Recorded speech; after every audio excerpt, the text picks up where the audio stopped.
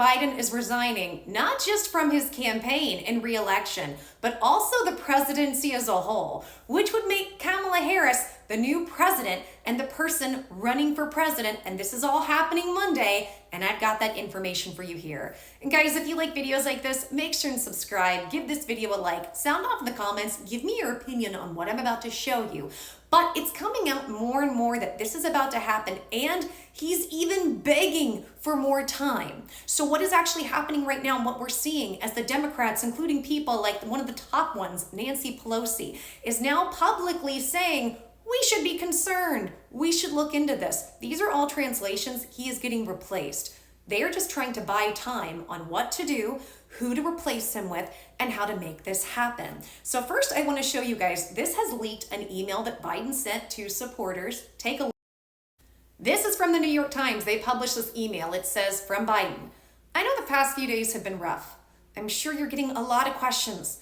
I'm sure many of you have questions as well. So let me clearly and simply, as I can say, I'm running. I'm the Democratic Party nominee. No one is pushing me out. This clear message comes in response to increasing calls from within the Democratic Party, including a prominent donor and lawmaker, for Biden to step aside. So the fact that he had to put this out and rush this to his supporters last night, I think says a lot, because he is aware of the optics. He's aware of how this looks, and he's got very little support left. And at this point, it's all going to come down to funding. And if he can't get these people on his side, his campaign is toast as it is. But then we're going to take a look at this. And it says, playbook. Biden asks for a week to calm the storm. Bombshell or benchmark? A new report may be signaling where exactly Biden views himself in the presidential race after his paltry debate performance. And depending on your reading of it, it could either crack open the door to an early exit or show how the president is trying to set expectations. Biden has told a key ally that he knows he may not be able to salvage his candidacy if he cannot convince the public in the coming days that he is up for the job. After a disastrous debate performance last week, the New York Times' Katie Rogers scooped. The Biden world source continues, telling the New York Times that Biden understands that the next few appearances heading into the holiday weekend, including an interview scheduled for Friday with George Stephanopoulos of ABC News, and campaign stops in Pennsylvania and Wisconsin must go well. He knows if he has two more events like that, we're in a different place, the ally said, referring to the debate. How we're reading it. On its surface, the claim from the anonymous ally reads like an earth-shaking admittance. But if you read between the lines, it can also be viewed as an expectation-setting cleanup effort from the White House.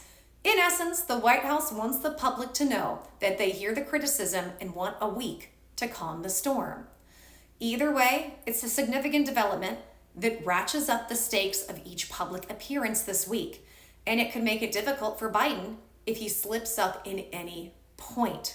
If Biden himself is saying this is how he should be judged, and the respective power concerns of the Democratic Party don't see what they need to this weekend, can he stick things out? And for what it's worth, the White House and campaign press shops quickly tried to stomp on the report, with Andrew Raitz and Quentin Fulks calling it false.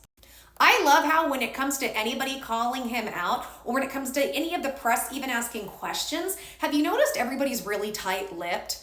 Like Jean-Pierre, his press secretary, just will say really short, false, and then not give any other information. Everybody else, false, and then nothing else. Typically, they'll go a little more into detail about stuff to try to quell rumors, and the fact that we're just getting these one-word answers, I feel like says a lot.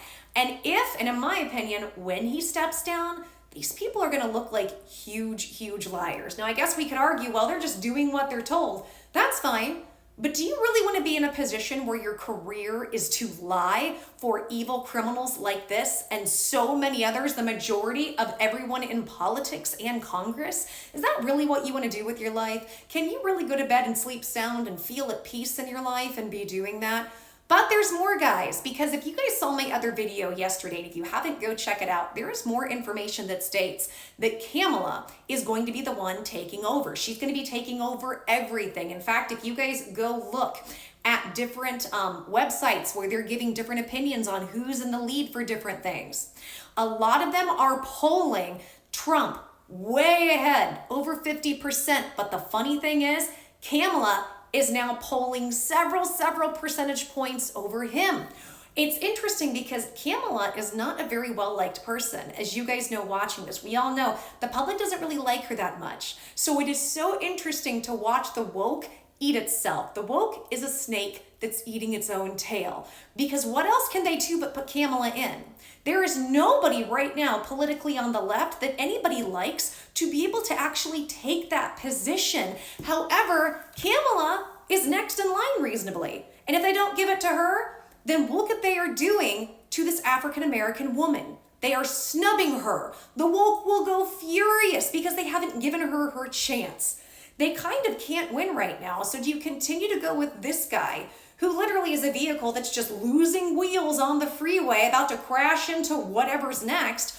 Or do you put in somebody in place, Kamala, who is incredibly unpopular, but if you don't, you're gonna have your party come down on you. And guys, this is what they did.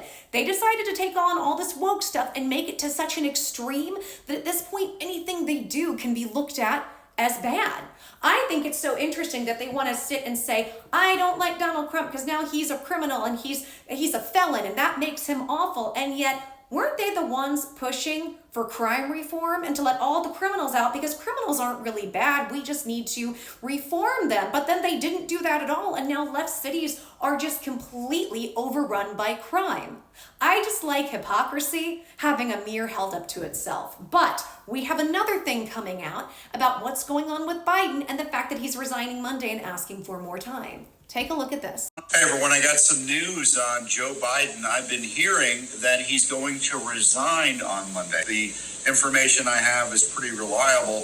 Sure enough, the Biden people are putting out there and leaking that he's considering not running for president, stepping aside from the campaign. But given the reasons for him having to do that, his cognitive fitness, it stands to reason he's going to have to leave the presidency as well. So we'll see what happens. But in the meantime, we should be asking tough questions of Vice President Harris and his cabinet about what they knew and when, about what everyone now knows is his remarkable cognitive challenges that it looks like to many Americans make him unfit to be president of the United States. And this is another issue that they're going to have to answer for that I am absolutely loving. And that is, if Kamala does step in, Kamala has been defending him. You know, people have been in interviews and they've really been railing her and nailing her and saying, is he always like this? What is he actually like? And Kamala has been covering for him. So when it happens, because I think it's just a point of when, that he resigns and she steps in because he keeps having gaffes, guys. Things keep happening to him in these situations. Then she's going to have to answer questions. How long have you known about this? Why were you guys hiding this? Why should anybody trust you guys at this point? Because you all were hiding some pretty massive stuff from the American people. Remember, guys, we have watched his cognitive decline go on for years. The last election, Trump called him Sleepy Joe. He calls him Sleepy Joe for a reason. It might not have been as bad then, and it may be getting so worse that they can't cover it up. But this is a really big cover-up. On top of that, you have to remember that they run off of donors. They run off of money. So many of the top donors have come out and said they are so mad. How is she going to raise money? Because they're going to ask questions. So how long have you known about this? Translation.